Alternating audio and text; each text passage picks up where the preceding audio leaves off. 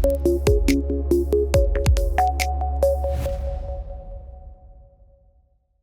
everyone, welcome to Financial Literacy 101. Today's topic is about financial planning, and I have a very special guest from the Philippines. I'm your host, Caroline Tanhutco, and helping me today is May Abellana. Hi Carol, thank you for having me here. I'm May Abellana from ProLife UK, Philippines. We met at this $1 Million Round Table, Court of the Table, one of the highest honor in this industry for financial advice. So what are we talking about this afternoon? We will talk about building your financial house. So when you talk about building a financial house, you start from the ground going up. How does it start?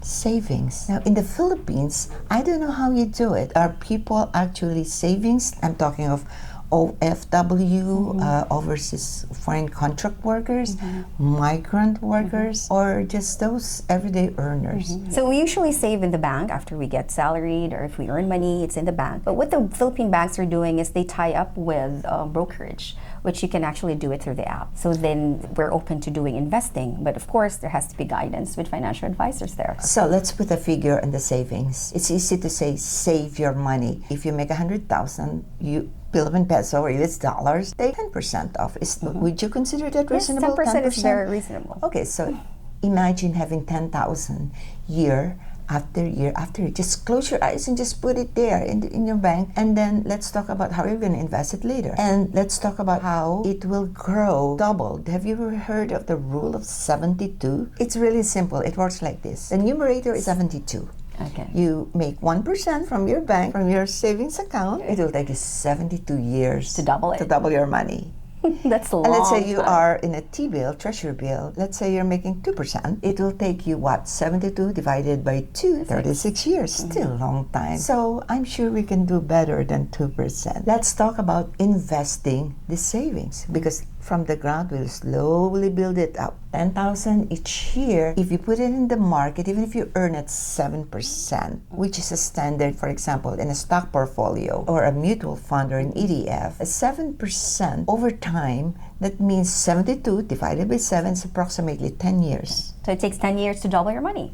Yeah, think about 10,000 each year, and it compiles easily. 10,000, before you know it, is 100,000. So it's really surprising what savings can do for you. When you talk of investing, do you have a 401k in the Philippines? In the Philippines, we don't have a 401k. Now, we are lucky, aren't we, to be here in United States. 401k is an employer plan, but it's like a before tax money. Let's say you maximize the 15%. They allow you up to 15%. Up to 15. Max it. That's what I would tell everyone.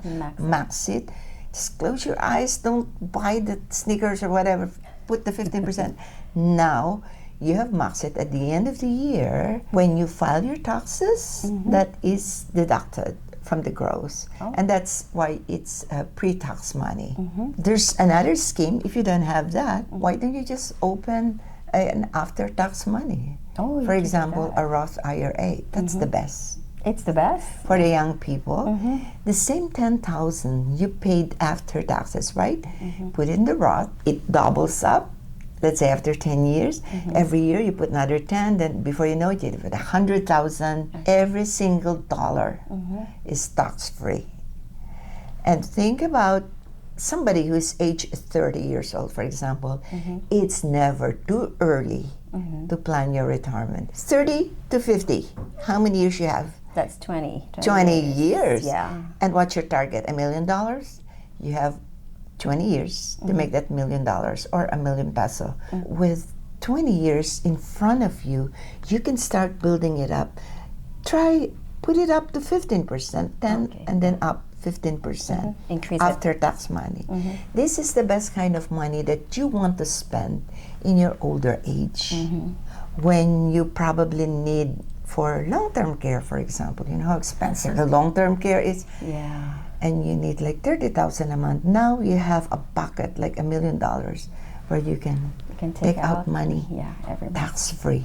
The Secure Act 2.0. If I have an IRA, individual retirement account, let's say your spouses, and let's say your husband die, then you get it. Okay. It becomes your IRA. I have no spouse. it will go to my children. Okay.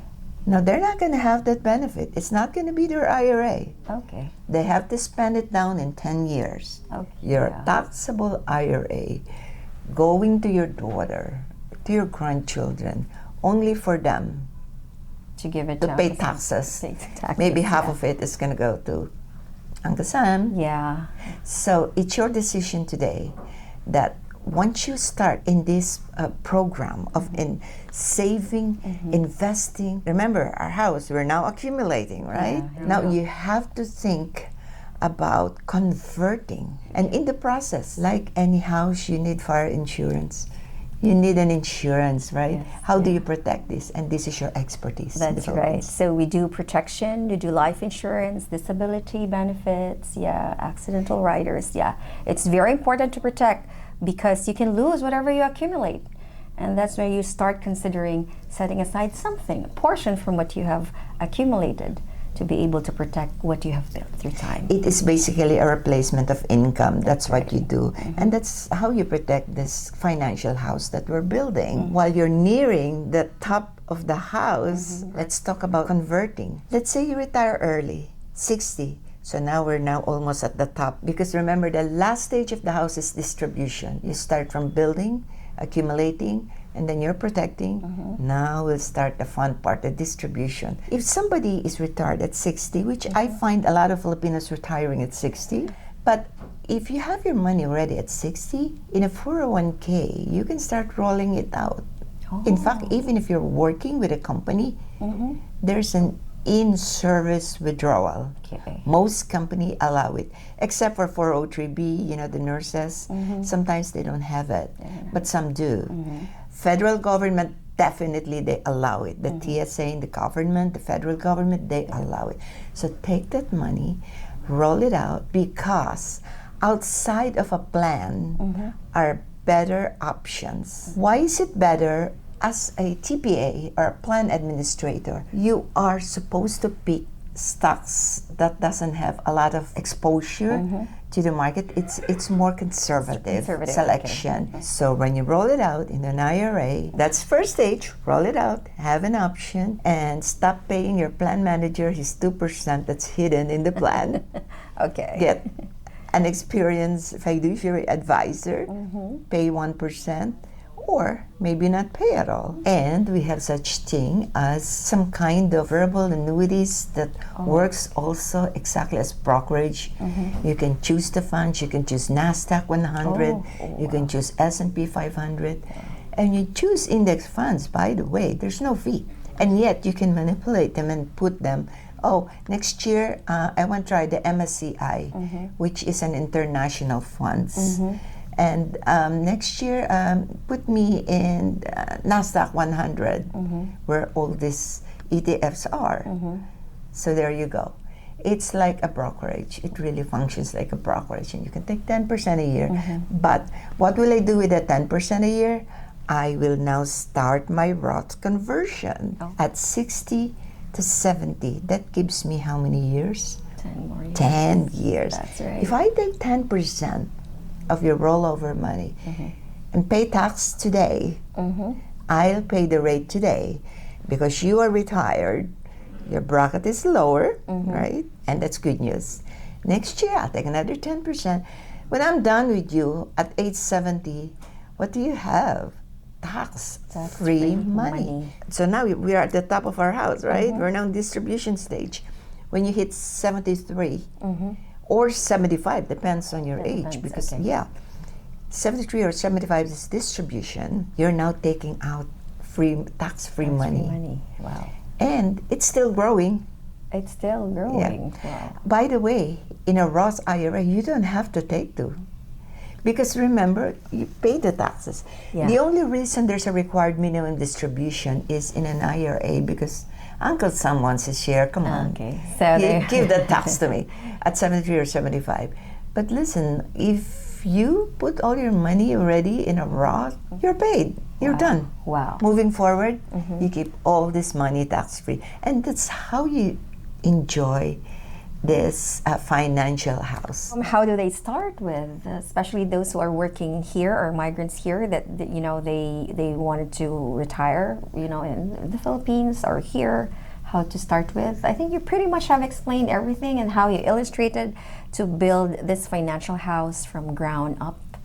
And structure, just have to get the best financial advisor in the country. And I like what you said about going home to the Philippines, retiring in the Philippines, as long as you leave your money earning in US dollars. That is right. Remember, when you convert all of this money to Philippine peso, now you're subject to the devaluation of your money. No, you really don't want to do that. Go back to the Philippines, but leave the money here in the market right here where you are. So I guess that's it for our edition today. Thank you so much, May, for joining me in this discussion of building our financial house.